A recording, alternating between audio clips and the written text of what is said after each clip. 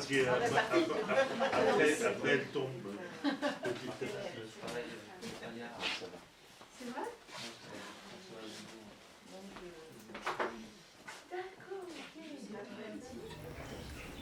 Bonsoir à toutes, bonsoir à tous, merci d'être là pour ce rendez-vous qui nous tient particulièrement à cœur, que nous avons appelé « Donner de la voix ». Je rappelle juste comment fonctionne ce rendez-vous et pourquoi il nous tient autant à cœur. Ça vient de la constatation que font beaucoup de libraires que la production éditoriale prend la place sur les tables, inévitablement, et c'est un plaisir, c'est aussi là qu'on rencontre des nouvelles voix, qu'on retrouve des auteurs qu'on apprécie. Et naît de ça parfois une certaine frustration, parce que toute la place est prise. Et à un moment donné, on s'est dit, mais un livre est une nouveauté pour qui ne l'a pas lu, peu importe quand il a été édité.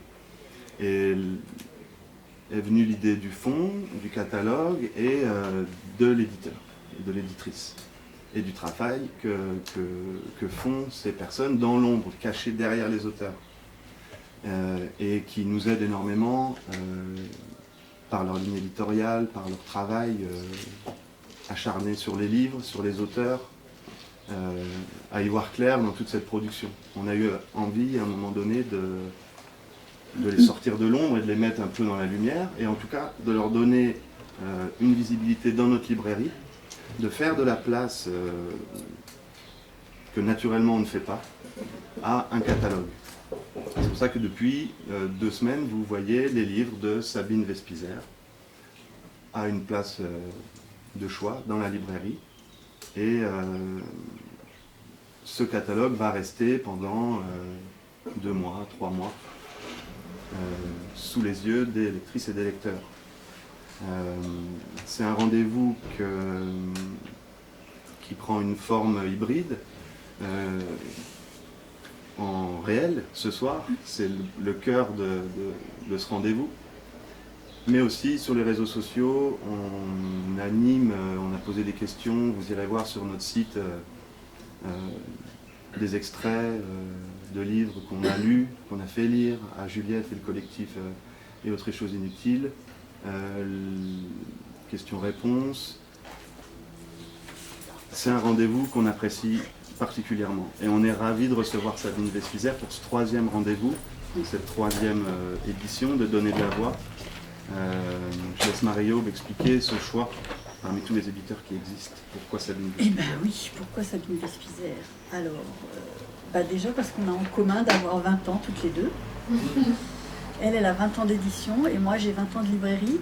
Et en fait, au tout début de mon expérience de libraire, j'ai croisé très vite la route de ce catalogue et de Sabine, notamment avec les livres de Nuala O'Fallon, je ne sais pas si je prononce bien, qui est une de ses autrices phares, dont on reparlera.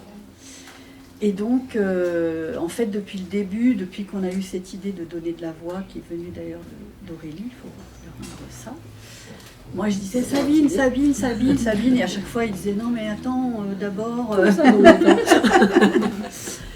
Voilà, non mais c'est vrai que je tenais beaucoup à... C'est un catalogue que je suis du coup depuis le début, et dont je partage beaucoup de ses choix, même s'il y a des choses sur lesquelles j'accroche moins ou qui me touchent moins, mais c'est un catalogue d'une exigence rare et d'une cohérence rare aussi, on va y revenir.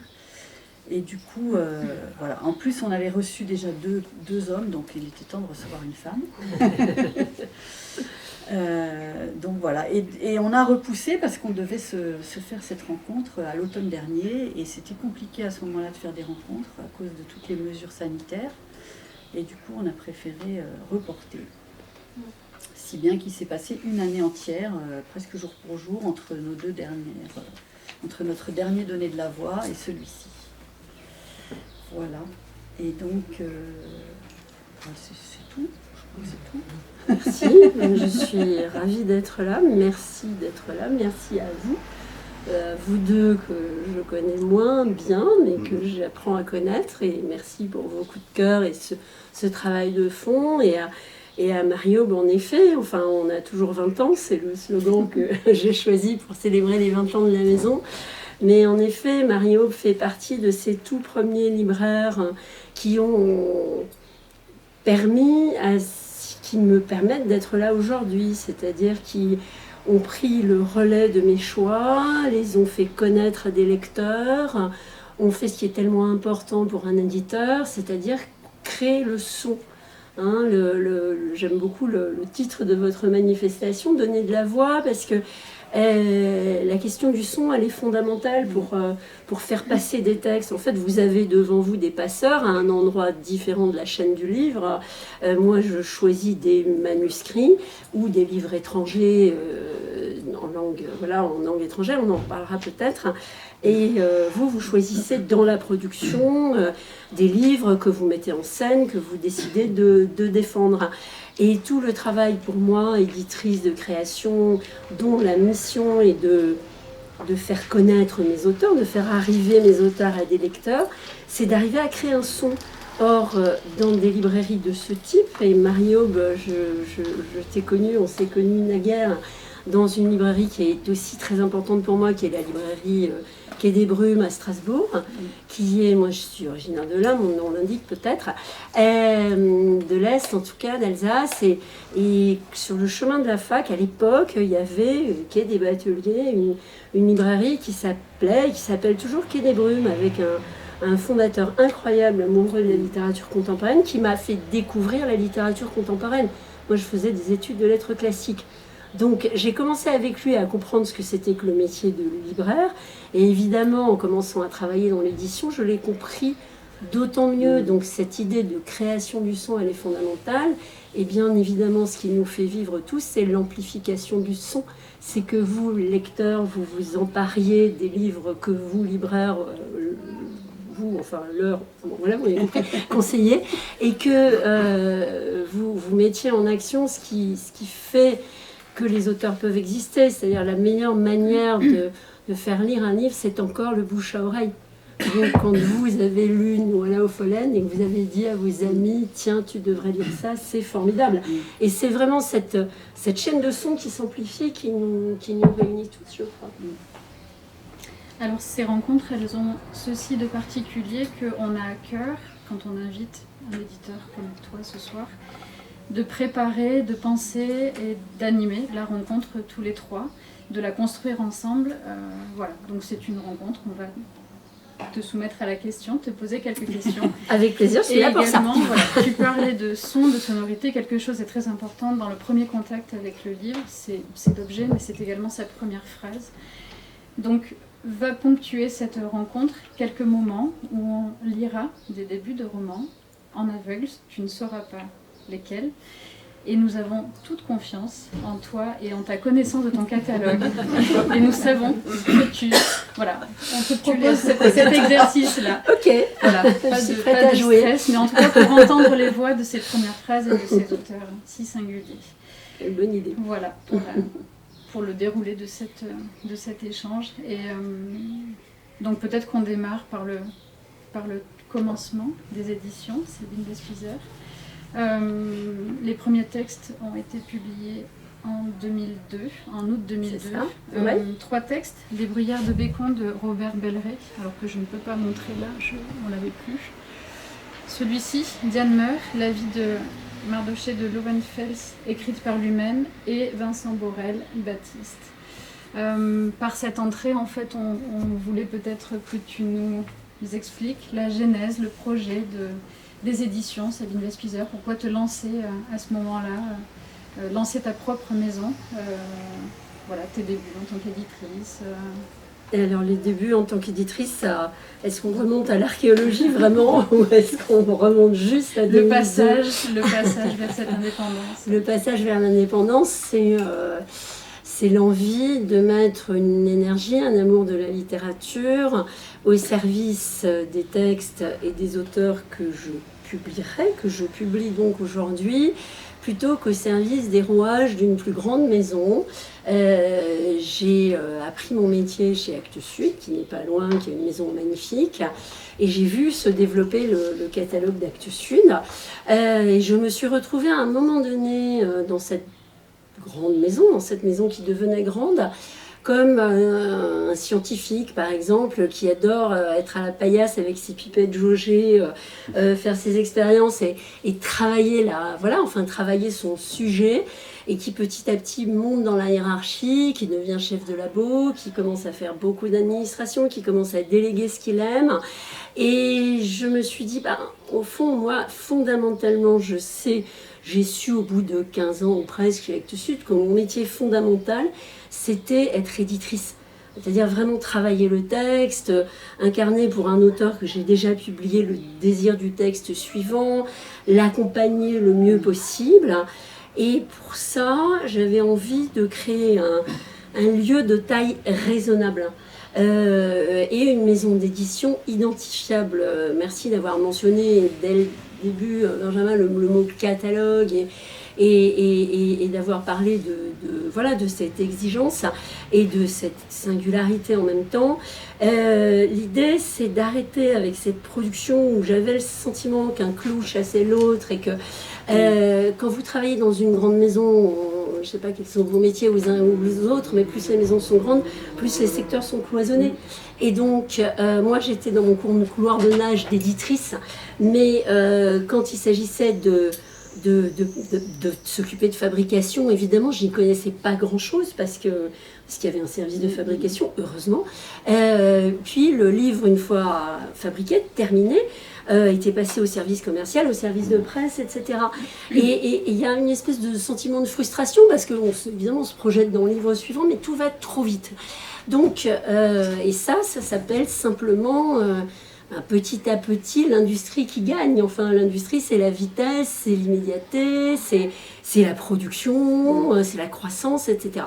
Donc, moi, j'ai eu envie de faire ce pas en arrière de décroissance, et surtout pour redevenir pleinement éditrice. Et paradoxalement, dans la chaîne du livre, on peut soit diriger une collection dans une grande maison, mais ils sont assez rares ceux qui arrivent à maîtriser une production, soit créer sa propre maison. On a été assez nombreuses et nombreux à le faire dans les dernières années. Ça fait assez longtemps qu'il y a des éditeurs indépendants qui créent leur maison, avec l'idée aussi que je deviendrai peut-être meilleure éditrice au sens, les anglais c'est plus facile, il y a editor, c'est-à-dire celui qui fait le travail sur le texte, et il y a publisher qui est chef de maison.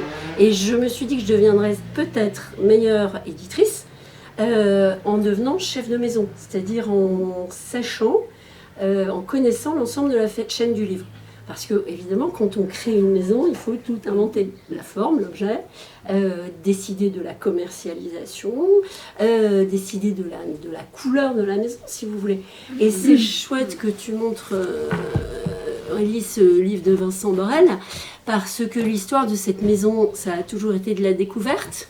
Ça, c'est Diane Meur, qui est toujours au catalogue, qui est un pilier du catalogue, un auteur magnifique, qui est à double titre au catalogue, parce que non seulement elle continue de publier, j'ai publié il y a 2 ans Sous le ciel des hommes, que j'ai vu quelque part, magnifique livre. Diane est belge, c'est une femme qui a, en elle, cette culture de la Mittel Europa qui fait qu'elle a une fenêtre totalement ouverte sur les langues. Du reste, elle est traductrice de l'anglais et de l'allemand. C'est sa double casquette dans la maison. Elle traduit pas mal d'auteurs de la maison et excellemment. Elle traduit notamment un livre elle vient de traduire un livre qui va paraître en septembre, qui sont les mémoires du comédien irlandais Gabriel Byrne. Voilà, donc Diane, c'est la découverte. Et Vincent, c'est aussi, pour moi, l'édition, c'est des histoires de rencontres, de confiance, de fidélité. Et Vincent, c'est ça. C'est-à-dire que Vincent fait partie de ceux que j'avais découverts, entre guillemets, chez Actes Sud. J'avais publié Ruban Noir en 95, ensuite Vie et mort d'un crabe. Et quand j'ai dit à Vincent, à Michel Lèbre, dont on parlera sûrement, dont j'attends le 14e livre, qui est vraiment l'auteur, enfin emblématique, qui sont tous emblématiques, enfin voilà, la plus présente à ce catalogue-là, on va dire ça comme ça. Quand j'ai commencé à dire un peu comme on dit quand on a un peu mauvais caractère, j'en ai marre, je vais créer ma boîte. Enfin, voilà, c'est-à-dire marre d'en référer à une hiérarchie, de me battre en interne pour que mes livres soient défendus en priorité par le service commercial de presse, etc. Et ils m'ont dit, bah oui, super, je te suis. Et ça, c'était une confiance évidemment formidable et en même temps une responsabilité. Parce que quand vous avez des auteurs qui ont l'habitude d'avoir les services d'une grande maison, vous ne leur dites pas « Bon, alors, bah écoutez, merci, c'est gentil, mais dorénavant, vos livres seront en dépôt dans 50 librairies en France, on va s'acheter une camionnette, ça va être facile, et puis, bon, service de presse, vous oubliez parce que j'aurai pas le temps, et vous n'aurez plus de traduction à l'étranger, etc. » Non, la responsabilité, c'est de créer une maison qui a exactement la même possibilité que l'avait, et là toujours évidemment Actes Sud, d'offrir à ces auteurs, qui sont des auteurs de littérature générale. Et comme me l'a dit un jour Antoine Gallimard, vous savez Sabine, on n'est jamais à l'abri d'un succès dans l'édition. Ce qui est vrai, donc pensez au succès éventuel, même quand on est superstitieux, quand on lance une maison, quand on se dit mon Dieu, qu'est-ce qui va se passer, c'est penser à une distribution qui permette justement, en cas de prix littéraire, mais pas que, en cas du moment où un livre commence vraiment, le bouche à oreille s'amplifie, de pouvoir d'une part réimprimer en grande quantité, et rapidement, et d'autre part, de faire en sorte que ce livre soit le plus rapidement possible présent sur les tables de tous les points de vente qui sont nos partenaires. Donc, la forme, elle a été inventée grâce aux auteurs. C'est ce qui est impressionnant, dès le début, c'est ce qu'on trouve assez impressionnant, c'est que on a dégagé 3 lignes très fortes qui étaient présentes depuis le début. Il n'y a pas eu de tâtonnement, on a l'impression. C'est une vision de l'édition, on en parlera. Une ligne éditoriale très forte, on en reparlera, et cet objet, peut-être on aimerait te questionner là-dessus. Cet objet, on a l'impression que cet objet, il est simple, et en même temps, je sais pas, voir un bouquin de Sabine Vespizer, c'est une promesse, il y a ces pages de garde qui font comme un rideau de théâtre, il y a une mise en scène du livre. J'aime bien cette formule. Ouais, c'est exactement ça l'intention. Alors sur les 2 premiers points, je vais beaucoup être heureuse de vous entendre parce que pour un éditeur, c'est très difficile de parler de sa vision et encore plus de sa ligne éditoriale. Donc je vous attends. En revanche, j'aimerais bien. Mes auteurs en parlent toujours mieux que moi. En revanche, sur la forme, évidemment, il y a eu un vrai travail que je n'ai pas fait toute seule, vous l'imaginez bien. Que j'ai mené avec le monsieur qui se cache là au fond, qui s'appelle Jacques Lénart, et qui est mon mari, mais également mon associé dans cette aventure. Nous avons créé ensemble et signé les statuts de cette maison ensemble le 11 septembre 2001. C'est-à-dire que nous fêtons l'anniversaire 2002. Jacques ne travaille pas au sein de la maison au quotidien, il a un métier à lui, enfin professeur...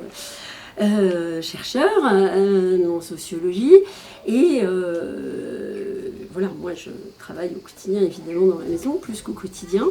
Jacques a longtemps été critique d'art aussi et son œil a été important aussi pour inventer cet objet. Donc nous avons inventé un objet un soir chez nous en découpant les papiers, en se disant quel est le format idéal. On est tombé sur ce format carré, quasi carré, en se disant confort de lecture, lisibilité, prise en main. Voilà, bon, à la fin de la soirée, je suis allée voir dans ma bibliothèque et j'ai vu qu'on était à 2 mm près, le même format que Minuit. Sur les modestes, on n'invente jamais rien, ça c'est sûr. Bon, il y a eu le format, lisibilité, et ensuite il a fallu créer quelque chose graphiquement. Alors le graphisme, je l'ai demandé à quelqu'un avec qui j'avais déjà une histoire longue, qui était graphiste chez les Actes Sud et qui est partie à peu près en même temps que moi, Isabelle Mariana, dont j'aimais beaucoup la rigueur, la précision et en même temps la fantaisie. Et on lui a dit Bauhaus, constructivisme russe, couverture typographique. Donc, travaille la typographie, mais pas d'image. Bon.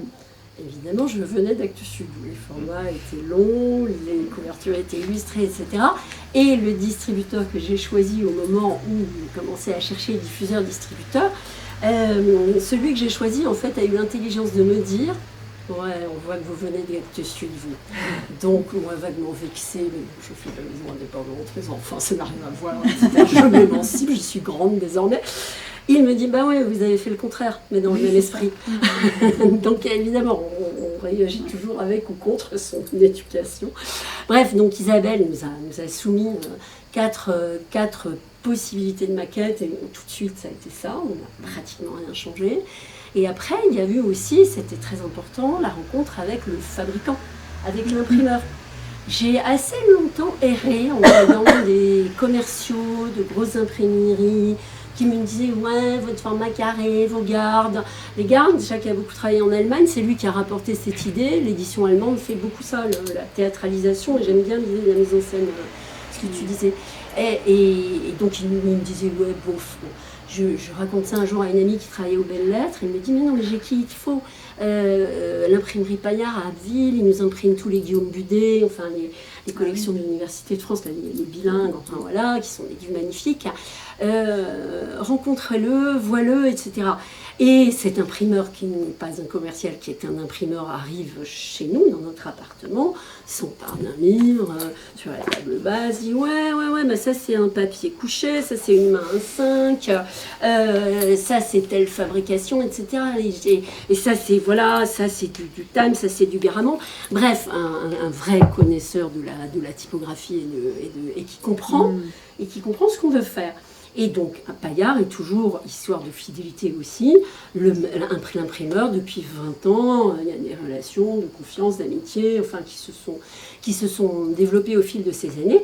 Et évidemment, c'est lui qui a proposé son Garamond, qui est la police, qui n'est pas le Garamond que nous avons dans nos machines, qui n'est pas le Garamond Adobe, mais qui est le Garamond Linotype, qui est la transposition du Garamond que son arrière-arrière-grand-père, son arrière-grand-père, son grand-père et son père, fabriqués au plomb jusqu'en 1982 dans l'imprimerie Paillard, donc de père en fils, etc. Depuis 1832.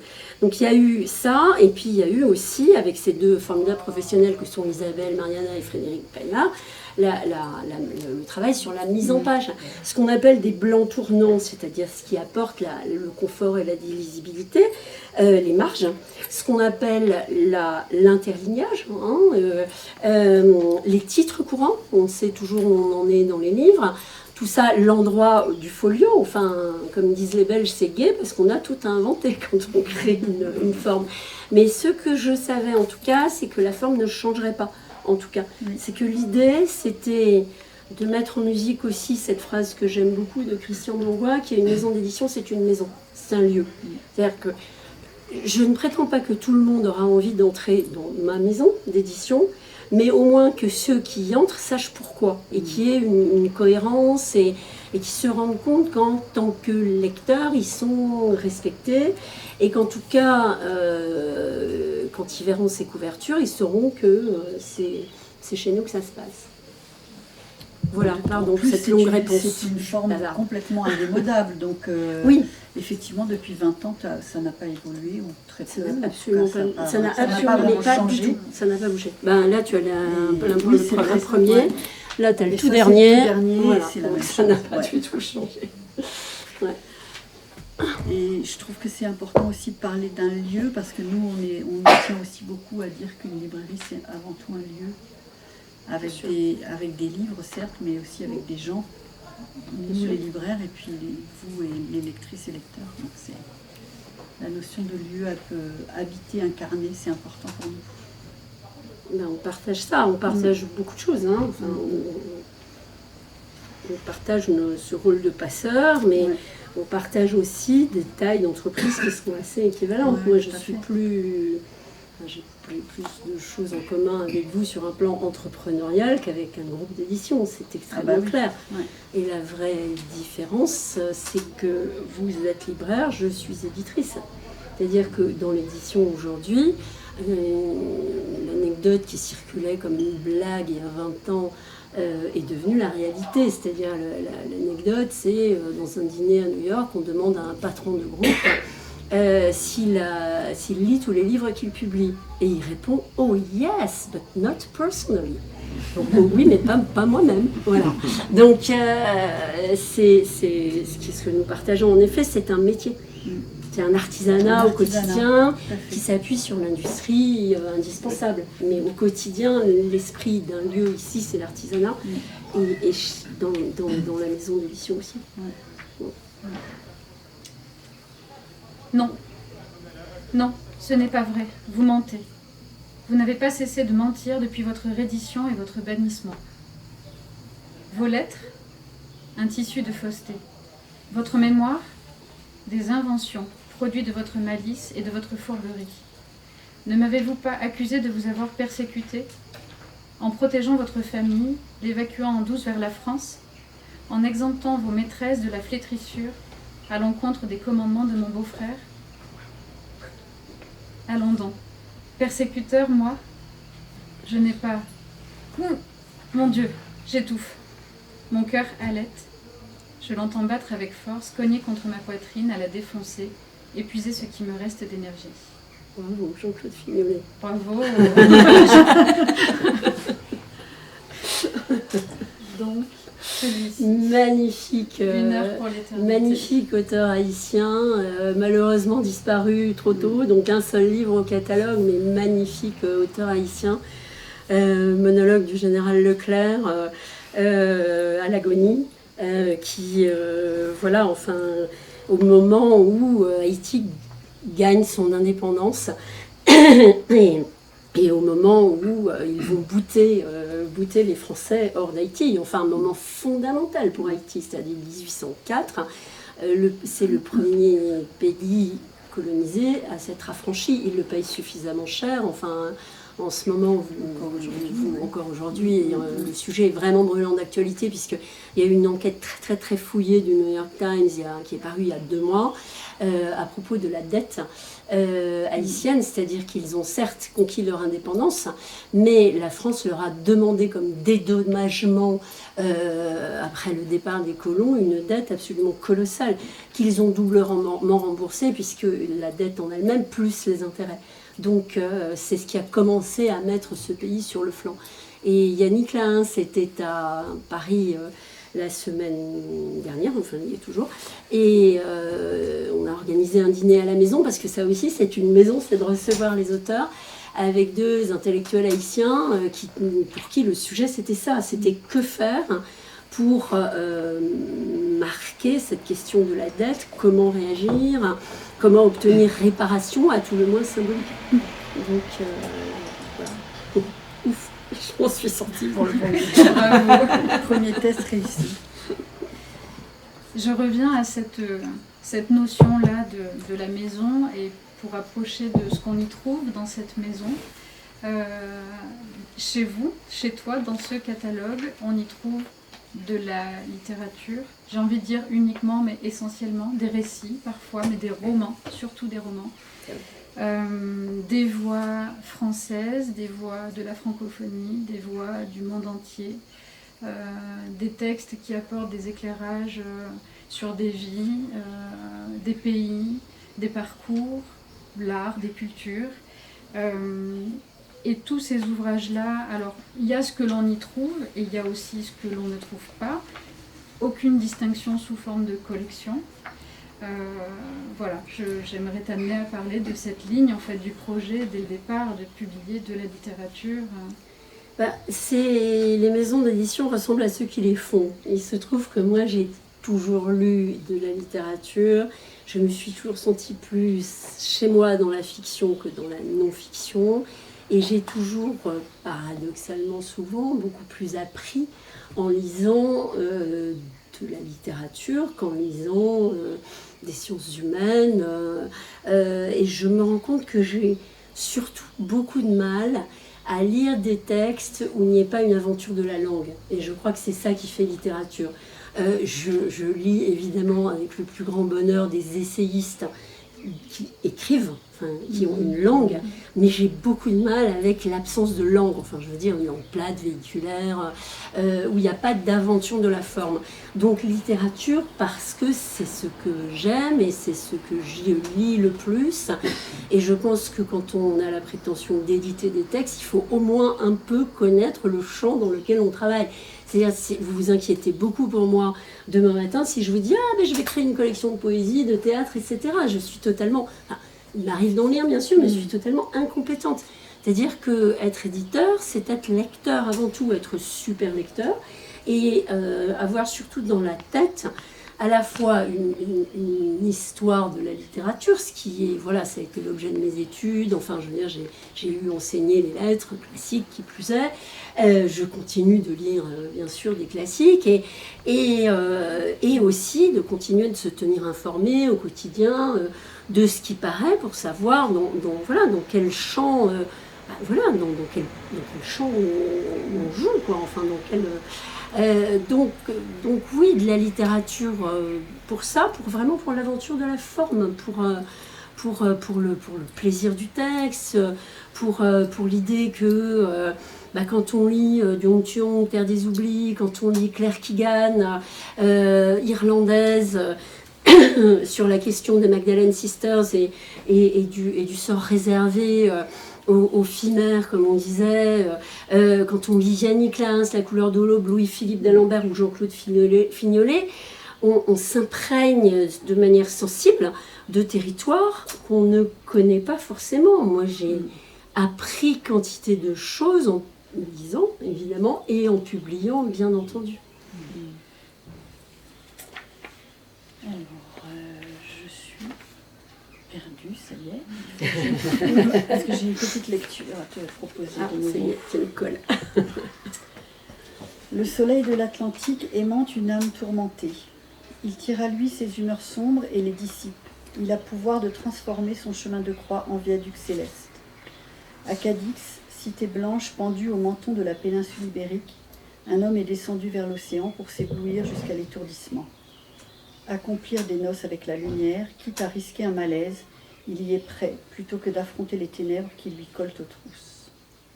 Le 8e roman de Vincent Borel. Vertige de l'hélice. Ça, c'était moins dur. Ouais, parce qu'en plus, il est récent, celui-là. Fignolet, c'était carrément dur. Mais c'était pour introduire... 2 points pour Fignolet. Justement, c'était pour introduire une question qu'on voulait te faire aborder et que tu as déjà prononcé le mot au moins 2 fois, c'est la question de la fidélité. C'est quelque chose qui nous a beaucoup frappé depuis qu'on lit tes textes, mais en plus encore en préparant la rencontre. C'est qu'il y a vraiment une fidélité de toi comme éditrice à tes auteurs, c'est-à-dire qu'on sent que tu as vraiment à cœur de publier non pas un roman par-ci par-là, mais une œuvre d'un auteur ou d'une autrice. Et il y a une fidélité aussi des auteurs et des autrices à ton endroit. Et on a cherché un peu des exemples de quelques auteurs ou autrices que tu aurais découvert et qui seraient ensuite partis ailleurs. Et il n'y en a pas beaucoup, il n'y en a presque pas. Il y en a un seul. Il me semble. Ouais. Moi, il m'a semblé qu'il y avait Yael Kaufmann, Marianne Rubinstein, mais je crois qu'elle avait peut-être déjà publié chez Albin Michel avant. Elle avait publié ailleurs, Marianne. Donc elle a fait une petite incursion chez vous. Et puis, il n'est pas exclu qu'elle revienne. Enfin, voilà. Il se trouve qu'on s'aime beaucoup avec Marianne, qu'elle m'envoie... Elle m'a encore envoyé un manuscrit en me disant « Je suis sûre que tu vas pas l'aimer, mais je le ferai lire, mais c'est pas grave, je te le fais lire quand même. » Et je dis « Écoute, t'as raison, un roman d'anticipation, c'est vraiment pas ce que je préfère, ça va être dur. » Mais voilà, je pense qu'un jour, il y aura un nouveau. Il n'y a pas... Voilà, il n'y a pas le eu journal de Yael Kaufmann, super ne sera peut-être pas le seul, ouais. Il était Voilà. super. Et donc, voilà, on voulait te dire que c'est quelque chose qui ressort vraiment du catalogue. Tu voulais qu'on te parle de ta ligne éditoriale, donc voilà. Il y a aussi une fidélité des traducteurs et des traductrices, et de toi vers eux et d'eux vers toi, enfin dans tous les sens. On sent que là, le côté maison est vraiment fort. Et on voulait peut-être que tu nous reparles de 2 autrices avec lesquelles tu as une histoire un peu particulière. En fait, on pourrait parler de tous les auteurs et de toutes les autrices du catalogue comme ça, parce que on les aime tous et voilà, on a été obligé de choisir. Donc voilà, on a choisi, mais franchement, si on avait une semaine, on pourrait parler de tous. Il peut rester, hein. Mais tu as une histoire particulière avec Nuala O'Faolain Bien sûr. et avec Duong Tuyong, deux femmes extraordinaires dans des styles différents, mais voilà, si tu veux bien, Oui, bien en sûr. parler un peu. Oui, la question de la fidélité, c'est que pour lancer le tango, il faut être 2, et dans la traduction, il faut être 3. C'est-à-dire dans la traduction, c'est aussi très important, on n'y parvient pas toujours, parce qu'il y a des questions de disponibilité des traducteurs en question, et de rythme d'écriture des auteurs, mais les couples auteur-traducteur, c'est merveilleux. Parce que là, le traducteur est la voix française, enfin, et l'écrivain français qui rend la langue d'origine auprès du public français. Donc c'est très important que cette connaissance soit vraiment approfondie. Enfin, une grande géante de mon catalogue, c'est Edna O'Brien. Edna O'Brien, elle a rejoint le catalogue grâce à Nuala, donc je vais revenir à Nuala, en 2010, et je suis allée chercher son traducteur, l'extraordinaire Pierre-Emmanuel Doza, et c'est toujours lui, donc qui travaille aujourd'hui avec Aude de Saint-Loup, sa femme, mais c'est toujours lui. Alors Nuala, oui, ça a été extrêmement important, c'est pour ça qu'il m'est difficile de parler du catalogue, et j'aime bien vous en entendre parler, parce que les choses se font comme dans la vie, quoi, par le hasard des rencontres. Il se trouve que les textes étrangers traduits, on les trouve à l'étranger et parfois dans les foires du livre qui sont consacrées à la vente des droits. Donc c'est Francfort, Londres, qui sont nos 2 moments dans l'année. Je vais à Londres en 2000. 2000, avec l'idée déjà de créer ma maison, et je vois un éditeur irlandais indépendant que je connais bien, à qui j'avais acheté pas mal de droits par le passé, et à qui je raconte un peu mon projet. Il me dit, bon, tu crées ta maison, tiens, cadeau. Et il me donne un énorme bouquin qui s'appelle Are You Somebody? C'est devenu, on s'est déjà vu quelque part, qui n'est pas un énorme livre. Il me dit, voilà, écoute, cette femme, elle est extraordinaire. Elle s'appelle Nuala O'Faolain. C'est une journaliste qui est une grande conscience irlandaise, qui a beaucoup fait avancer les choses sur un plan politique, notamment sur la question de l'Église catholique et la résistance à cette pression, et aussi sur le plan du féminisme. Je lui ai demandé de rassembler les chroniques qu'elle avait écrites dans le Irish Times. Elle m'a dit d'accord, à condition que je puisse écrire une préface. Or, me dit-il, elle m'a remis 400 feuillets. Ça a été, on s'est déjà vu quelque part. Il me dit, mais t'en fais pas, t'es pas obligé de publier les chroniques, tu publies juste la préface. Donc bon, c'est devenu ça. Et l'arrivée de Nuala au catalogue a été quelque chose d'extraordinaire, parce que la maison n'existait pas encore. Quand on est dans les pays anglo-saxons, on a souvent affaire à une agence d'intermédiaires qui sont les agents littéraires. Donc je tombe sur un agent littéraire qui me dit non mais vous n'imaginez quand même pas que je vais vendre les droits à une maison qui n'existe pas, faites vos preuves mon petit, en gros. Bon, je m'énerve, je suis un peu tenace, je me débrouille pour obtenir l'adresse mail de Nuala. Je lui écris une longue lettre en me disant à quel point ce livre m'a bouleversée, enfin cette histoire d'une Irlandaise destinée à tout sauf devenir célèbre, qui devient ce qu'elle est par l'ouverture sur le monde, par la littérature, par les rencontres, bref. Elle me répond, vous m'avez fait sourire pour la journée, je viens chez vous. Ça, c'était Nuala. Voilà. Ça a commencé comme ça, donc quand même de manière assez singulière. Et puis, je publie tous ces livres. Il se trouve que les premiers grands succès de la maison ont été ces livres, Chimère, en 2003. Et en 2006, la maison a donc 4 ans, un prix féminin étranger pour l'histoire de Chicago May. Donc, voilà, histoire de success story. Voilà, évidemment... n'avait pas besoin de la France pour exister parce qu'elle avait un succès colossal, et c'est pourquoi l'agent m'avait snobé aux États-Unis pour ses 2 premiers livres. L'histoire continue. J'ai malheureusement un jour Nuala m'écrit en me disant écoute, voilà, je suis malade, je ne vais pas me soigner. Elle a un cancer fulgurant et elle fait un truc à la Nuala aussi, à la vie jusqu'au bout. Elle fait une tournée des adieux. Et elle vient à Paris et on va déjeuner, Jacques était là, dans une brasserie chez Beaufinger. Et elle me regarde avec cette manière irlandaise d'être à la fois super chaleureux et super distant. Ouais, tu pourrais t'occuper de mes droits après ma mort. Et elle me dit, tu sais, t'es la seule à avoir publié tous mes livres et qui va publier le prochain. Parce qu'elle venait d'écrire, elle venait de terminer Best Love Rosie, qui est paru donc en septembre 2008, alors qu'elle est morte en mai 2008. Et elle a été victime d'une histoire d'industrie de l'édition, qui a été tout à fait une bonne, comment dire, pas une bonne leçon pour moi, mais en tout cas si, j'ai beaucoup appris sur le mécanisme de cette édition sauvagement concentrée et qui se fait au mépris des auteurs. Il se trouve que les 2 premiers livres de Nouala donc, sont des succès phénoménaux. Que l'agent, toujours le même, obtient auprès de son éditeur américain une avance colossale. C'est-à-dire que les avances, quand on est un éditeur normal et honnête, c'est l'espérance de vente de la première année. 1 200 000 $ d'avance, c'est impossible à recouvrir d'une certaine manière, sur un livre qui n'était pas écrit. Donc là, on est vraiment dans la spéculation totale. Oui. Elle écrit ce livre-là. Ce livre-là, c'est celui qui a le prix féminin étranger en France, qui est un livre un peu singulier, qui prend un public français.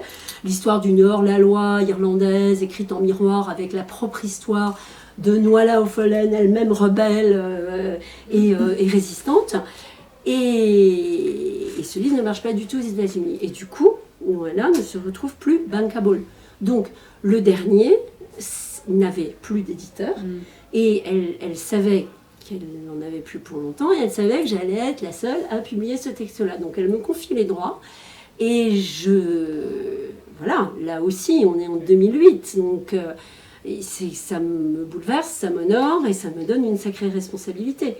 Donc, il se trouve qu'après, avec le responsable des droits que j'avais à l'époque, on a vendu aux États-Unis, en Irlande, en Angleterre, Best Love Rosie, et que l'œuvre de Nuala est toujours disponible, qu'elle est exploitée au livre de poche, que je viens de signer un contrat pour l'adaptation au cinéma de Chimère. Donc bon, voilà.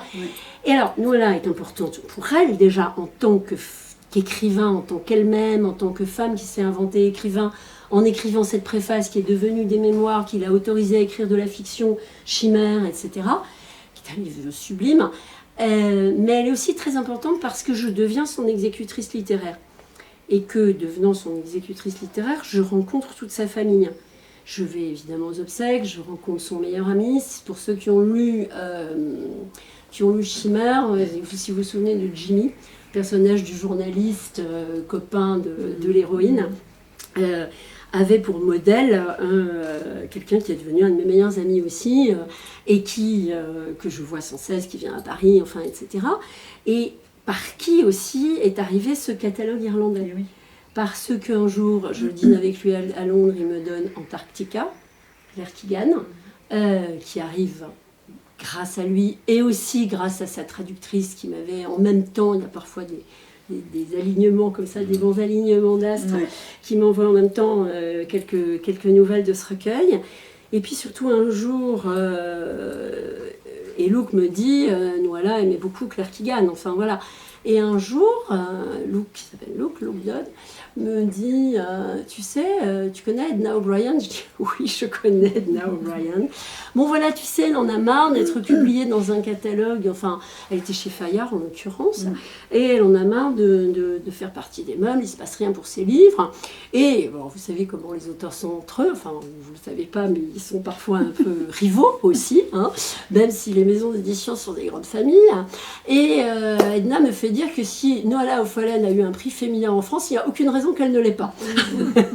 Et que donc, elle aimerait rejoindre ce catalogue-là. Et là, c'est le bâton de maréchal, parce que pour moi, Edna O'Brien, je la mets aussi haut que Dion Thiong, c'est des grandes stars de la littérature, enfin stars, c'est idiot comme mot, enfin, des très très grands auteurs que je mets au niveau des Philippe Roth, des Coetzee, enfin, des très grands auteurs de la littérature mondiale. Enfin, pas que moi d'ailleurs, hein, tout le monde. Et donc, Edna arrive au catalogue. Et elle a eu son prix féminin étranger. Oui. Voilà.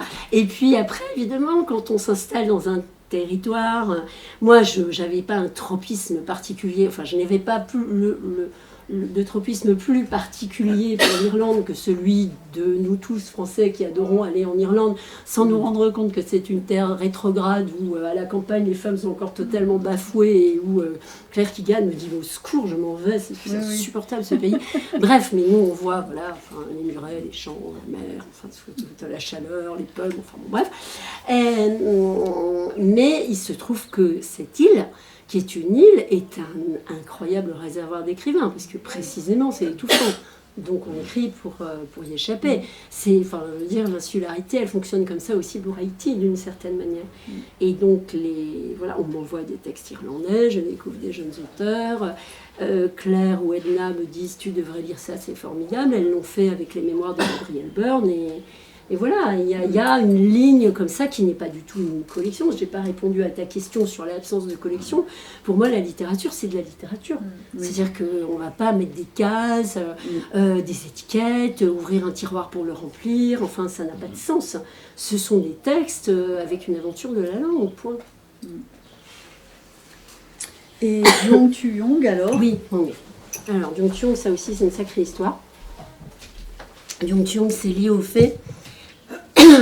C'est lié au fait que je suis buffle dans l'astrologie chinoise, enfin vietnamienne. C'est à peine une blague. C'est-à-dire que Byung Chul Young, pareil, elle avait déjà été publiée aux éditions des femmes auparavant, je l'avais lue, je la trouvais extrêmement intéressante. Un jour, un agent littéraire me donne Terre des oublis. Formidable texte. Elle me le donne en anglais. Ok, je lis en anglais, puis je commence à me renseigner un peu, parce que je savais quand même que Hong était traduite. Enfin, alors Hong à l'époque était, et elle est toujours évidemment dissidente, elle se bat contre le pouvoir communiste au Vietnam. À l'époque, elle était en résidence surveillée au Vietnam, elle avait fait un an de prison, on lui avait enlevé son passeport, etc. Terre des oublis avait pas mal circulé dans l'édition française, dans la traduction française. Mais tous les éditeurs avaient considéré que c'était trop gros, trop vietnamien, enfin, trop difficile, etc. Oui, c'est un gros livre, il fait 800 et quelques pages. Magnifique triangle amoureux sur post-guerre du Vietnam, un texte absolument extraordinaire. Donc je commence à le lire en anglais et j'enquête et je découvre qu'il y a un traducteur français et que grâce à cette traduction française non encore publiée, le texte est passé en anglais. Je me rends compte au passage que l'édition américaine ne s'embarrasse pas de scrupules et que le livre fait un tiers de moins qu'en français parce que les descriptions, les dialogues, tout ça, c'est trop long, donc on coupe. Voilà. Mais toujours est-il que je me retrouve à vouloir absolument publier Terre des oublis, et que quand même à cette époque-là, une autre maison d'édition s'était réveillée, sans doute selon le principe de la triangulation du désir, où un éditeur s'y intéresse, donc forcément ça devient bien, quoi, alors qu'on l'avait refusé 5 ans avant. Et là, Hong avait obtenu un prix, le prix Strega en Italie, et les Italiens avaient réussi à lui obtenir son passeport, et elle passe par Paris. Je la rencontre, toujours dans un café du 14e. Je vois cette petite dame avec un regard extrêmement... Voilà, enfin, le genre de personne où on se dit c'est même pas la peine que je fasse semblant d'être quelqu'un d'autre que ce que je suis parce qu'elle me voit. On a l'impression d'avoir un laser en face de soi. Et elle me dit avec son accent vietnamien, quel est votre signe astrologique? Quelle est votre année de naissance, plus exactement? Je lui dis 61 000. Ok, ça va aller, c'est comme ma petite sœur, vous êtes buffle, c'est bon, je vais venir chez vous. Pour elle, c'était important d'avoir quelqu'un qui creuse son sillon, qui soit sérieux, enfin, etc., avec qui elle prête toutes ses qualités. Et l'histoire a commencé de manière formidable parce que Terre des oublis est à ce jour le plus grand succès de la maison. Ah oui. On en a vendu en grand format quasi 70 000 exemplaires. Le livre de poche est à 300 000 exemplaires, c'est sidérant. Et surtout, ça a changé la vie. Enfin, ça a changé la vie de la maison. Ça n'a pas changé la vie de la maison, mais ça a donné en effet aussi un souffle incroyable et une ouverture. Et ça a changé la vie de Hong, parce qu'au moment où je publie Terre des oublis, pareil, je bataille pour arriver à la faire venir une semaine en France pour ce qu'on appelle la promotion du livre. Elle parle un peu français, qu'elle a appris en prison avec un dictionnaire. Et Au bout de la semaine, elle me dit « Bon, je te propose un deal. Tu t'occupes de tout, je reste ici. » Elle n'est jamais repartie.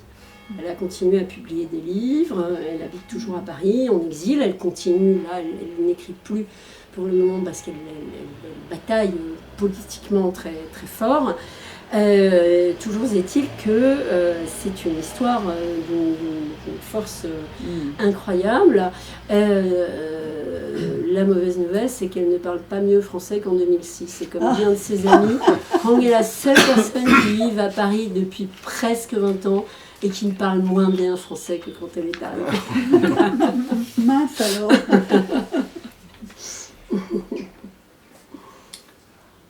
Au premier jour de l'été 2006, mon père quitta Téhéran pour Paris afin de faire renouveler son titre de résident en France, qui arrivait à expiration. Comme je m'étais étonné qu'il entreprenne pareille démarche, dont l'utilité m'échappait, étant donné qu'il était retourné vivre en Iran 6 ans plus tôt, il m'avait répondu que ce document lui épargnerait, pendant les 10 années de sa validité, les tracasseries administratives d'une demande de visa chaque fois qu'il voudrait nous rendre visite, à mon frère et à moi. Il se projetait dans l'avenir. Il ignorait qu'il n'en avait plus. Le meilleur des jours, Yasaman Montazami. C'est un sans faute jusqu'à présent. Ça, c'était fastidieux. Non, j'ai 2 auteurs d'origine iranienne au catalogue. Mais voilà, c'était clairement Yasaman. Par cet extrait, je voudrais qu'on parle en fait, j'ai une curiosité, on a une curiosité dans cette... on parle de maison depuis tout à l'heure. Moi, je dirais presque un écosystème qui s'est mis en place pendant toutes ces années. Avec un rythme de parution, on en reparlera tout à l'heure, qui lui est immuable, qui est assez sobre. Comment une nouvelle voix entre dans cette maison? Comment, dans cet écosystème, parce que j'imagine que tu reçois énormément de manuscrits. Comme tout le monde, Comme bien tout sûr. le monde. Oui, bien sûr. Oui, oui. Comment on fait pour faire entrer des auteurs? Comme ce que tu viens de faire, on lit. On se dit incroyable, c'est écrit, c'est simple, c'est limpide, c'est fort. Ça annonce, ça annonce une aventure de la fiction. Et puis on tombe amoureux d'un texte et on fait entrer un auteur. Enfin, après, oui, c'est vrai, tu poses la question de la gestion du catalogue, qui est une vraie question, parce que je ne peux pas dire à Michel Lembre, ou à Diane Meur, ou à Yannick Lins, qui sont des auteurs dont j'attends les textes. Alors, formidable, tu viens de me donner un texte, mais écoute, j'ai pas de place, je le publierai en 2027, c'est impossible. Donc il faut sans cesse jongler, parce qu'en effet, je ne publie pas plus de 10 livres par an. Sinon, ça changerait la taille de la maison. Je serais obligée de déléguer le travail que j'aime le plus, c'est-à-dire le travail sur le texte, le travail d'accompagnement des auteurs, et aussi le travail d'accompagnement, enfin en termes de communication, c'est-à-dire auprès des libraires. Alors, je suis aidée pour la librairie, mais pour la presse, je m'occupe de la presse moi-même. Donc, et ça, je tiens à le faire, parce que j'ai toujours considéré que la personne la plus légitime pour parler d'un texte, c'est pas une attachée de presse, c'est l'éditeur. Enfin, c'est l'auteur, évidemment, on va lui demander de le faire, mais c'est l'éditeur. Donc, partant de là, je ne publie pas plus de 10 livres par an, mais voilà, il y a alors d'abord, les rythmes d'écriture ne sont pas immuables. Il y a des auteurs qui écrivent un livre tous les 18 mois, d'autres tous les 5 ans, d'autres qui ont des grandes pannes, comme Yasaman. J'attends toujours son 2e roman, il va venir, je le sais, elle a commencé, mais ça fait 10 ans qu'elle a publié le premier, donc c'est pas elle qui m'encombre, hein. Malheureusement, j'aimerais bien. Donc il y a un équilibre à trouver, mais j'ai eu l'expérience récemment, et je considère que c'est aussi l'excitation, le métier de l'éditeur, comme disait Hubert Nissen, éditer c'est découvrir. Et c'est tellement formidable de découvrir une voix. Je l'ai eu fait récemment avec Dima Abdallah, enfin Mauvaise Herbe, et là pour la rentrée prochaine, j'ai reçu fin février, ce qui est assez tard pour programmer pour la rentrée, un livre d'une auteure suisse. Alors on parlait de francophonie, en effet, on est plein dedans, Sarah Jolien-Fardel. C'était tellement puissant cette première page, tellement extraordinaire que évidemment j'ai continué la lecture, je l'ai terminée en une soirée et que bien sûr j'allais la publier. Je veux dire, il n'était même pas question de ne pas. Voilà, c'est comme ça que ça se joue. Enfin, c'est un métier de désir en fait, éditeur. C'est un métier de désir, d'envie, voilà, on y va quoi. On pousse les murs et on y va. Je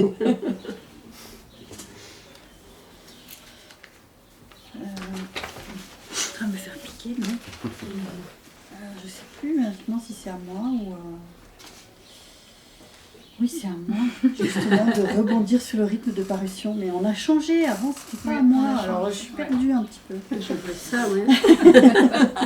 Non, mais par C'est vrai, rapport comme à- je réponds pas en monosyllabe, Non, mais c'est c'est ça.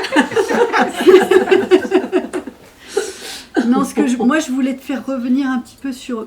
Tu as parlé déjà du rythme de parution, donc c'est pas nécessaire d'y revenir. Sinon, pour souligner que cette sobriété dans le nombre de parutions annuelles, pour nous c'est un vrai bonheur et c'est un vrai... comment dire, c'est aussi pour ça qu'on a envie de soutenir des maisons comme celle-ci, parce que on est, comme disait Ben, on est un peu quand même noyé dans une surproduction éditoriale qui est pas... Enfin, il y a franchement beaucoup de choses qui sont inintéressantes dans ce qui sort. Et au moins, avec toi, on sait qu'on peut lire tout ce que tu vas publier et que si ça ne nous plaît pas, on ne va pas au bout, mais on va regarder tout ce que tu sors. Alors qu'évidemment, on ne peut pas regarder tout ce que Gallimard sort, tout ce qu'Actes Sud sort, etc.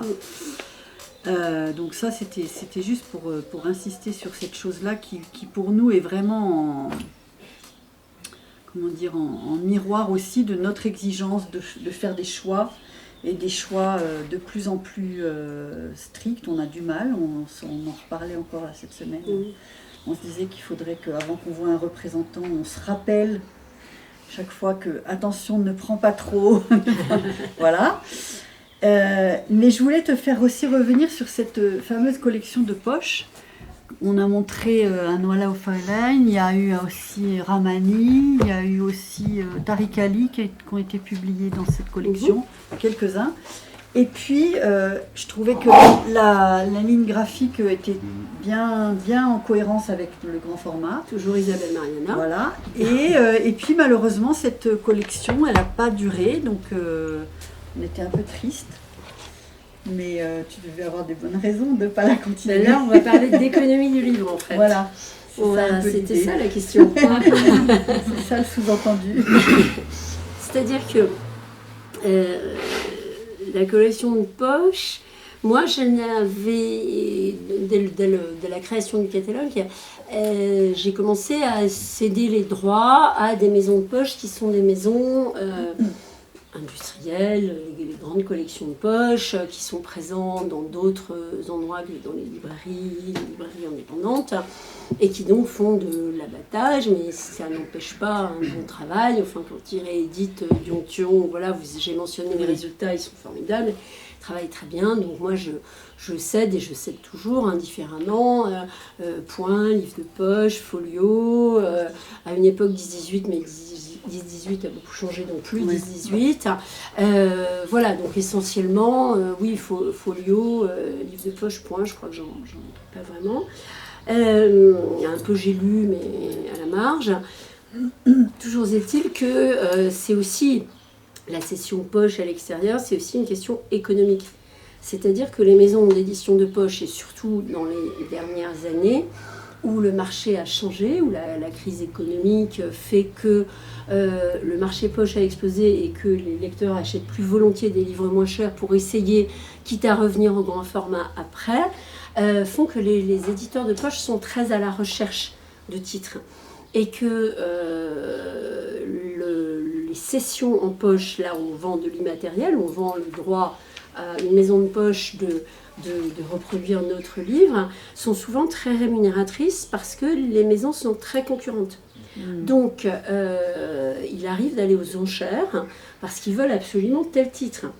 Il se trouve que, bon, au début, ils ne connaissaient pas la maison, ils attendaient un peu, et puis là, ils ont l'air de partager votre avis en disant ce qui se publie là est à peu près cohérent et on peut faire confiance.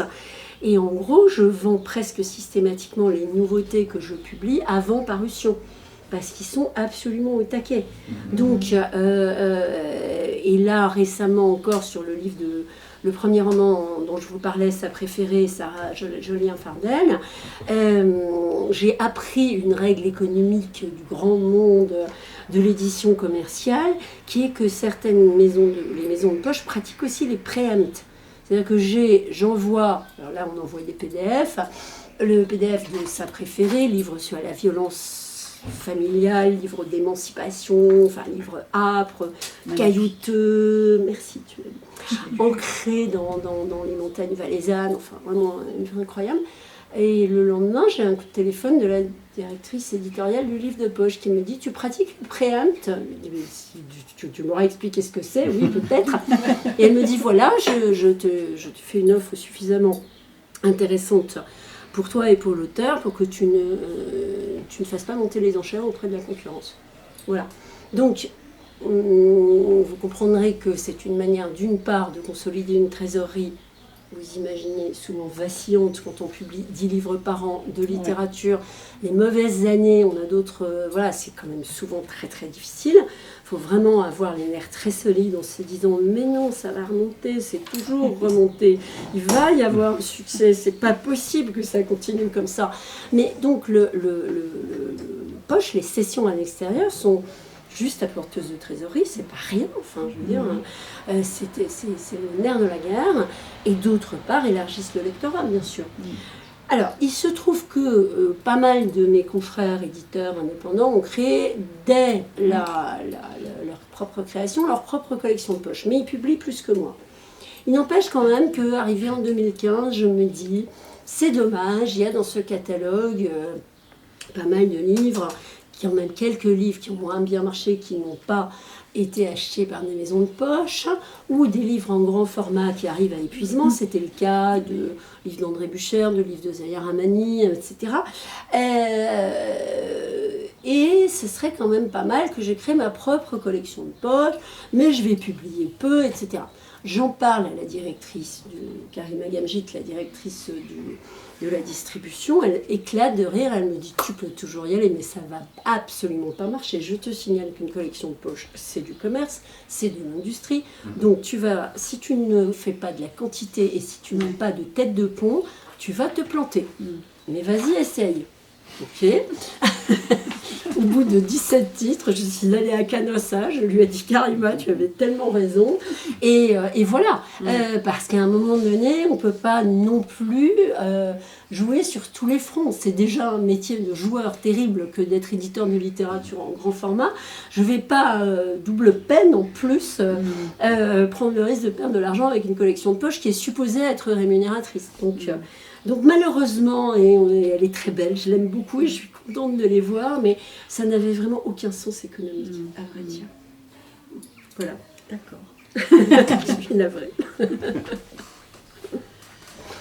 Je vais un tout petit peu tricher sur ce début de roman. Ah non, ça c'est pas Ça serait trop facile. Eh oui.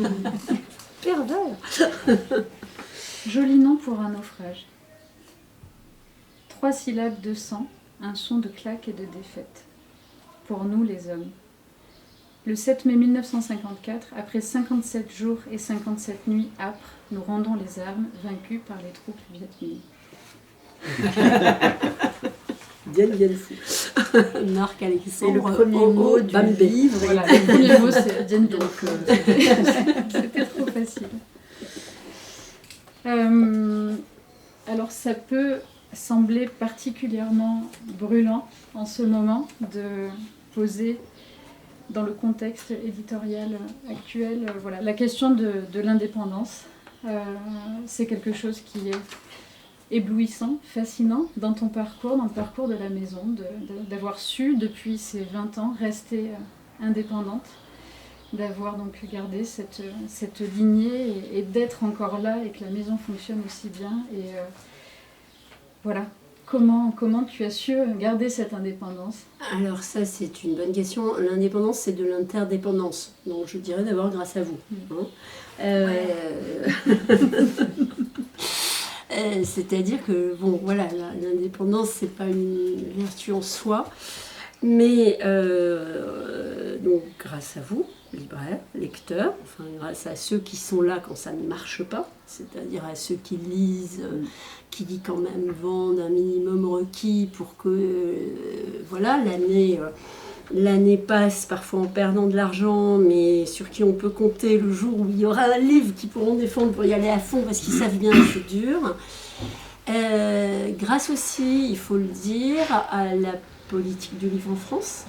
Hein, je crois que dans un pays où il n'y a pas de loi sur le prix unique du livre, hein, qui est une loi de soutien à la création, qui est une loi qui stipule que l'éditeur fixe le prix du livre, donc le livre a le même prix partout, ici, sur Amazon, à la FNAC, dans n'importe quel point de vente, parce que souvent les gens ne savent pas, mais c'est important de le répéter, la loi autorise une remise de 5%, pas plus, et ça permet à des maisons comme la mienne, c'est-à-dire littérature générale plutôt exigeante, 10 livres par an, c'est-à-dire je ne mets pas à publier une collection de mangas les années où ça ne marche pas, de tenir le choc si je devais passer par les fourches codines de distributeurs qui fixent des prix et qui exigent des remises absolument colossales parce qu'ils prennent des grandes quantités, la maison ne serait pas là. Et aux États-Unis, j'ai pas mal d'amis qui sont à la tête de maisons indépendantes, mais qui ont un statut d'association à but non lucratif soutenu par le mécénat. Donc il n'y a pas de modèle économique possible dans les pays sans loi sur le prix unique. Donc il y a cette politique culturelle en France qu'on a encore vérifiée, enfin, au moment du Covid, enfin, au moment du chômage partiel qui a été mis en place tout de suite. Il y a eu des aides à la librairie, des aides à l'édition, etc. Donc il y a un vrai soutien du tissu culturel. Et ensuite, si tu veux, enfin, comment je fais, je ne sais pas. Je trouve que c'est pas mal d'être là 20 ans après. Je ne sais pas trop. Parfois, je me dis, mon Dieu, comment on va faire? Là, en ce moment, je me dis comment on va faire. Parce que le premier semestre est très mauvais. Parce que depuis la guerre en Ukraine, les ventes se sont effondrées. Parce que on est au bout des réserves de l'année dernière. Donc, comment on va faire? Enfin, mais on avance avec la possibilité de ne pas, comment dire, de ne pas rompre un contrat de confiance. Les 10 livres par an, c'était un contrat de confiance avec vous. C'était de dire, et c'est formidable que tu dis ça, Mario, c'est de dire, bah, écoutez, je publie pas beaucoup, mais regardez ce que je publie. Je vous promets que j'en ferai pas plus de 10 par an. Et ça, effectivement, ce contrat de confiance-là, l'idée, c'est de ne pas le rompre. Et pour ne pas le rompre, c'est d'avoir confiance dans le temps. Parce que la grande différence entre une maison indépendante et non indépendante, c'est évidemment la possibilité, enfin, de décider soi-même d'être maître des horloges, si je puis dire. C'est-à-dire que, je sais, la situation est un petit peu mal venue, mais en tout cas de pratiquer, de dire qu'on peut pratiquer la péréquation, non pas d'un livre sur l'autre, ce qui ne se fait même plus dans les groupes. Là, dans les groupes, on demande aux pauvres éditeurs qui sont blanchis sous le harnais, qui sont en gros désespérés, d'avoir une rentabilité au titre. On peut dire que c'est impossible en littérature. Mais moi, je pratique la péréquation non seulement d'un livre à l'autre, mais d'une année sur l'autre. C'est-à-dire que les bonnes années, à la fin d'une bonne année, je pratique la politique de l'écureuil. C'est-à-dire, je dis, oh là, ok, un peu de trésorerie, on la laisse à la banque et ça permettra de voir venir. Ouais. Jusque-là, ça a marché comme ça. C'est-à-dire d'être... je suis maîtresse de du temps, enfin en tout cas de la trésorerie. Et bien évidemment, je n'ai pas à céder aux injonctions d'un contrôleur de gestion dans un groupe. Parce que pas mal d'éditeurs indépendants jusque-là ont décidé de vendre à des groupes qui leur a promis, vous aurez votre indépendance éditoriale. Oui, bien sûr, ils ont leur indépendance éditoriale, mais les mauvaises années, ils sont obligés de publier 3 fois plus pour faire le chiffre. Donc c'est à double tranchant, si vous voulez. Donc c'est, voilà, je n'ai pas cédé aux injonctions d'un contrôleur de gestion qui me dit ah ouais, alors là, ben là, bon, tu lisais Marc-Alexandre Homembe, c'est le seul livre de poésie, entre guillemets, enfin, où il y en a un autre, mais ça c'était une fidélité pour Alain Gerbrandt, mais publié dans ce catalogue, on me dit ouais là la ligne poésie ça marche pas, feriez mieux de faire du roman commercial. Enfin non, c'est-à-dire qu'à un moment donné, j'ai l'immense, je jouis de l'immense liberté de décider moi-même de mes choix et de prendre des risques, hein, et souvent c'est totalement vertigineux, et Jacques le sait, et quand nous avons créé la maison, nous le savions aussi, c'était comment dire, l'avantage d'avoir travaillé pendant 15 ans chez Actes Sud. Moi je me souviens d'une année où c'était une année la pire d'Actes Sud, c'était la guerre du Golfe, c'était 91. Je me souviens du Bernistan, et c'est pas un secret, il le raconte après dans ses carnets, allant vendre un tableau pour que la boîte ne mette pas la clé sous la porte. Ça veut dire aussi, je veux dire, à un moment donné, que cette maison d'édition est évidemment aussi une aventure personnelle, enfin une aventure de couple, une aventure de familiale au sens restreint du terme, mais qui a un risque qui est pris là de manière réelle, consciente, mais avec en effet à la clé cette liberté pour moi qui est extrêmement précieuse. C'est plus éprouvant maintenant ou il y a 20 ans? Ah, c'est beaucoup plus dur maintenant. Il y a 20 ans, c'était une promenade de santé. J'avais même pas le sentiment que c'était difficile. C'était tellement naturel. Mais là, en effet, le marché devient de plus en plus violent. Enfin, voilà, on n'a pas encore parlé, mais c'est un grand sujet pour nous tous, vous libraires, nous éditeurs. La menace qui plane en ce moment d'une concentration phénoménale qui ne s'est jamais vue en France, d'un méga groupe qui serait constitué de la fusion de Hachette et de Editis, sous la houlette bienveillante de M. Bolloré, dont on sait les orientations idéologiques et les ravages qu'il a déjà fait dans la presse. Donc, si ça devait se passer, ce serait terrifiant. Sauf que, et donc on bataille pour ça. Moi, on a constitué avec trois camarades éditrices indépendantes aussi, Liana Lévy, Zulma Verdier, un groupe. On a signé une tribune dans Le Monde il y a 2 jours. J'ai parlé de ça sur France Culture hier soir. Et on a, tout simplement parce qu'on a saisi la cellule compétente de Communauté européenne, la cellule qui s'occupe du droit de la concurrence, pour être auditionné par eux. On a été auditionné par cette fonctionnaire à Bruxelles, à qui on a expliqué à quel point ce serait une catastrophe, mais du début à la fin de la chaîne, si cette concentration devait se faire. C'est-à-dire la fameuse marge de manœuvre dont je vous parlais, de négociation, les enchères pour les poches, mais elle est vraie aussi, cette marge de manœuvre pour le choix de nos distributeurs. Tout le monde a envie d'avoir des éditeurs qui peuvent éventuellement avoir du succès. Donc si aujourd'hui j'ai envie de changer de distributeur, on me fera certainement une meilleure remise ailleurs. Il se trouve que je suis très bien chez Gallimard et que je ne vais pas changer. Mais ça, ce ne sera plus possible. C'est-à-dire qu'on sera entre les mains d'un seul acteur monopolistique. Et vous aurez à la fin des petits pains identiques, c'est-à-dire des produits totalement standardisés. Et pour vous serez pareil. Ça, vous résisterez, mais ça vous mangera la tête de résister. Et le temps que vous passerez à résister, vous ne le passerez pas à lire, à faire des soirées comme ça, etc. Donc oui, c'est tellement dur en ce moment. Oui, plaignez-moi un peu. Mais on a déjà eu l'occasion peut-être d'en parler avec quelques-uns de nos clients et clientes. Quand on a eu en 2020 la fermeture, l'entre-fermeture de la librairie au mois de novembre, où on avait le droit de prendre des commandes et que vous veniez les chercher, mais vous ne pouviez plus rentrer dans la librairie.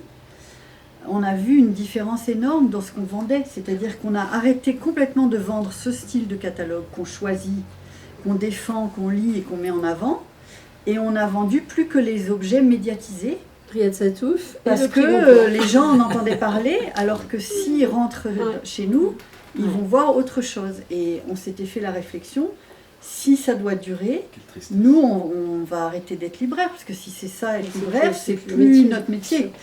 On faisait de la logistique en fait, de la manutention, des commandes, livraison, etc.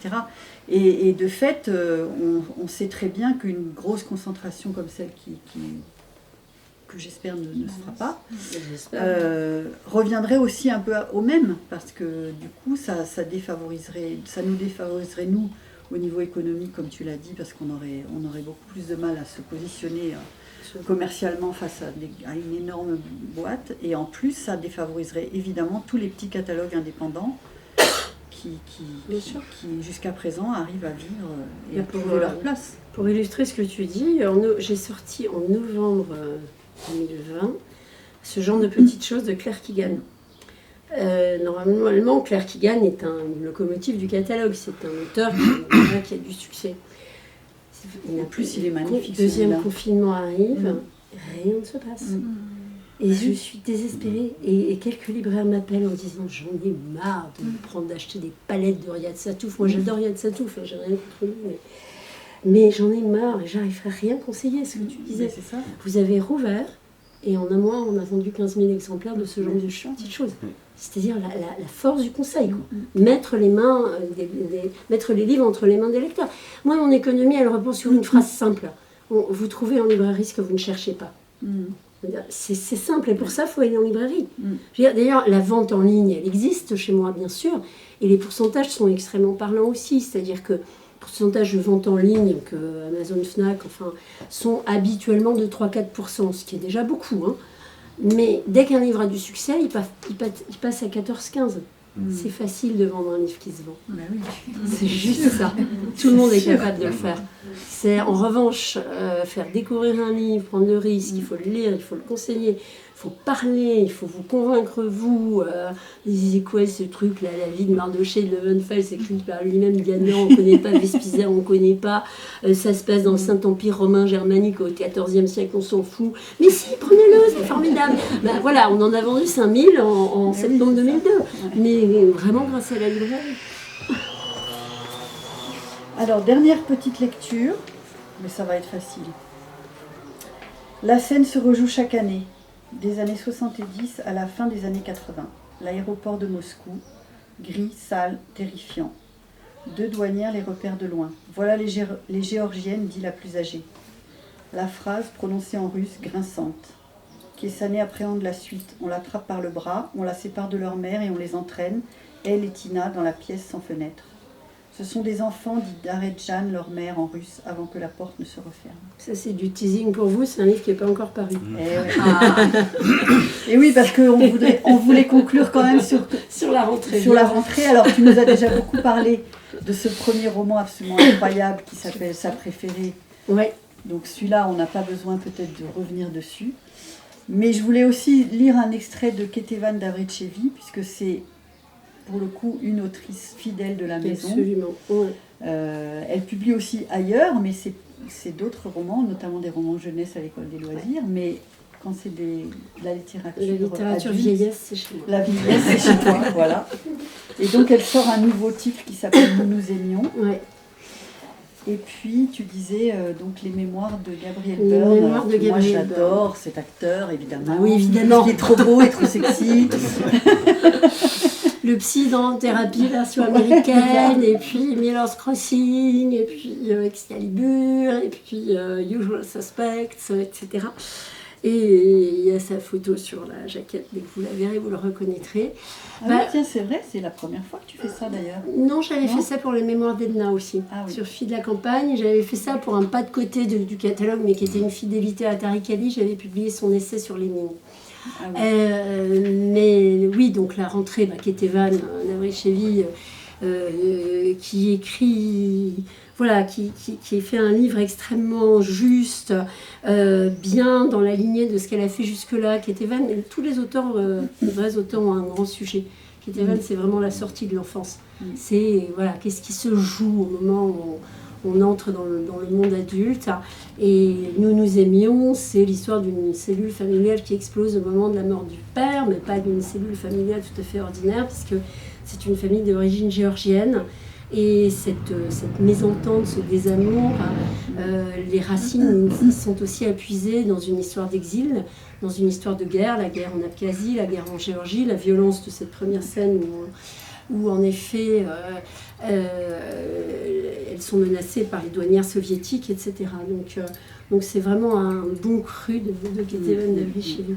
Quant aux mémoires de Gabriel Byrne, c'est Claire Keegan, que j'appelle un jour au moment où on travaillait sur ce genre de petites choses, qui me dit « Ah, là, disons, je suis en train de lire le meilleur livre irlandais que j'ai lu depuis 2 ans. » De quoi s'agit-il? Sur les mémoires de Gabriel Byrne. Donc moi, je lui réponds ouais, c'est ça, il est beau. C'est bon, arrête de faire la mignonnette. Elle me l'envoie, elle me dit bah non, tu vas voir, elle me l'envoie. C'était juste avant Noël, elle m'envoie un beau paquet cadeau. Et je lis ça et je trouve ça formidable. Et Edna O'Brien trouve ça, c'est vraiment de la littérature.